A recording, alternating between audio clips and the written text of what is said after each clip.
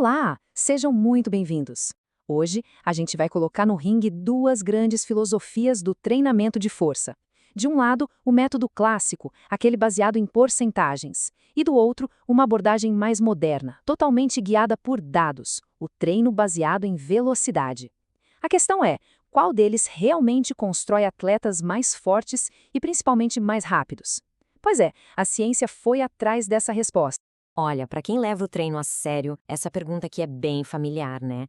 Aquele sentimento de que o plano de treino atual não está mais funcionando, que os ganhos simplesmente pararam. Chegar nesse platô é super frustrante. E é aí que a gente começa a se perguntar: será que o jeito que eu estou treinando é o melhor jeito mesmo? Então vamos lá, pensa assim. É como a diferença entre usar um mapa de papel antigo e um GPS no celular. O mapa funciona, claro, mas ele é estático. Já o GPS? O GPS se atualiza em tempo real, mostra o trânsito, desvia de acidentes. Os dois te levam para o mesmo lugar, mas um deles te dá um caminho muito mais inteligente e eficiente. Essa é a essência do que a gente vai comparar hoje. Ok, então nessa primeira parte, vamos definir quem são os competidores nessa batalha. É importante entender direitinho o que é cada um desses caminhos para a potência. Primeiro, o treinamento baseado em porcentagem, o famoso PBT. Esse aqui é o arroz com feijão, o método que a maioria das pessoas conhece. É simples. A gente faz um teste para descobrir o peso máximo que se consegue levantar uma única vez, o tal do 1RM. E pronto.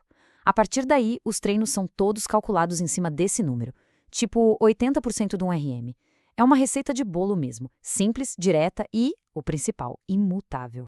E aí vem o desafiante, o treinamento baseado em velocidade, ou VBT. Esse já não é uma receita fixa. Pensa mais num forno inteligente. Ele ajusta a carga na hora com base na velocidade que a barra está se movendo. Se a barra está subindo muito rápido, aumenta o peso para garantir o estímulo certo. Se está muito lenta, talvez seja melhor diminuir. Ele se adapta à energia do atleta naquele dia, naquela hora. Agora, essa citação do estudo é o ponto-chave. Ela mostra a grande falha do método clássico. Pensa bem, a nossa força muda todo dia.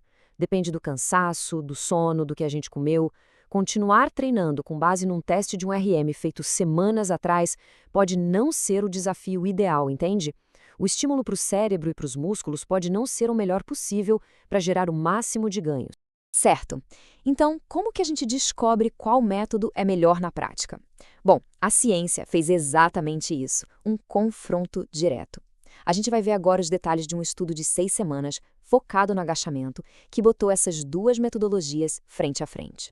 E olha só, os participantes não eram novatos não. Eram 20 velocistas universitários, todos com no mínimo 3 anos de experiência em musculação. E mais, todos conseguiam agachar com pelo menos 1,5 vezes o próprio peso.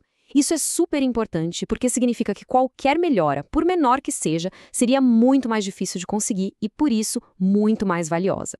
As regras do jogo eram bem claras. Dividiram os atletas em 2 grupos e os dois treinaram agachamento 3 vezes por semana por 6 semanas. O grupo PBT usou uma carga fixa, sempre 80% daquele 1RM testado no início. Já o grupo VBT, esse ajustava peso em toda a sessão para manter uma velocidade de movimento específica. E, claro, mediram o desempenho de todo mundo antes e depois. E o que eles mediram exatamente? Não foi só a força no agachamento, não. Eles avaliaram a velocidade de corrida num sprint de 20 metros, a agilidade no chamado teste T e a potência de salto, tanto para cima quanto para frente. Ou seja, foi uma avaliação completa do que faz um atleta ser, um atleta de ponta. Esse aqui é o teste T, um dos principais testes de agilidade. O atleta corre para frente, aí se desloca de lado para a esquerda, depois para a direita, volta para o centro e corre de costas. É um teste bem brutal que mede a capacidade de acelerar, frear e mudar de direção em altíssima velocidade. Habilidades cruciais em qualquer esporte. E agora, o momento da verdade. Depois de 6 semanas de treino pesado, qual metodologia se provou superior? Vamos mergulhar nos resultados desse confronto. Primeiro, a boa notícia. Os 2 métodos funcionam. Sim, os 2 grupos melhoraram bastante em quase todos os testes. Isso só confirma que um treino de força bem estruturado, seja qual for a abordagem, vai trazer resultado. Só que, apesar dos dois serem bons, um deles teve uma vantagem bem nítida. E essa vantagem apareceu justamente nas áreas mais importantes para o desempenho atlético: força pura, velocidade de corrida e agilidade. Vamos começar pela força máxima. Olha só o gráfico. O grupo do VBT, o que treinou por velocidade, teve um aumento impressionante de 16,4% no agachamento. O grupo PBT também melhorou bastante, 11,5%, mas a diferença é bem clara, né? Para quem busca ficar o mais forte possível, o VBT se mostrou bem superior nesse estudo. Agora, vamos para a velocidade de corrida.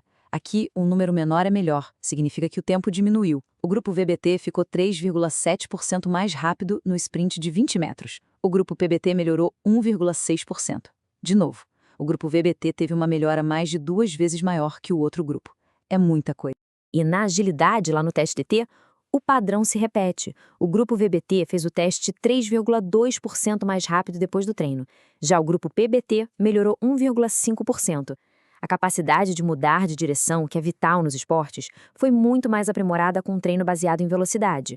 Mas é importante dizer que nem tudo foi diferente, e isso nos dá um quadro mais completo. Nos testes de salto, tanto vertical quanto em distância, as melhoras foram bem parecidas para os dois grupos. Ou seja, para desenvolver a potência explosiva de salto, os dois métodos se mostraram igualmente eficazes. Tá, mas por que o VBT se saiu tão melhor em força, velocidade e agilidade? A resposta está na ciência por trás de um treino mais inteligente, mais individualizado.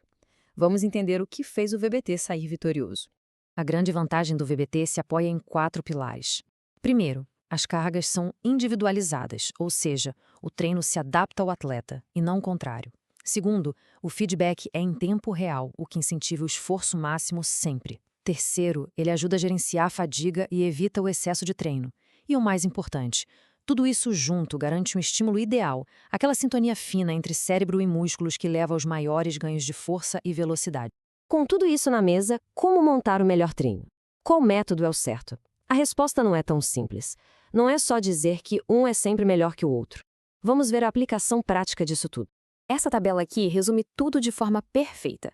O PBT é ótimo pela simplicidade, sabe? Ideal para iniciantes ou para quando o foco principal é só ganhar massa muscular. O ponto fraco é que ele é estático.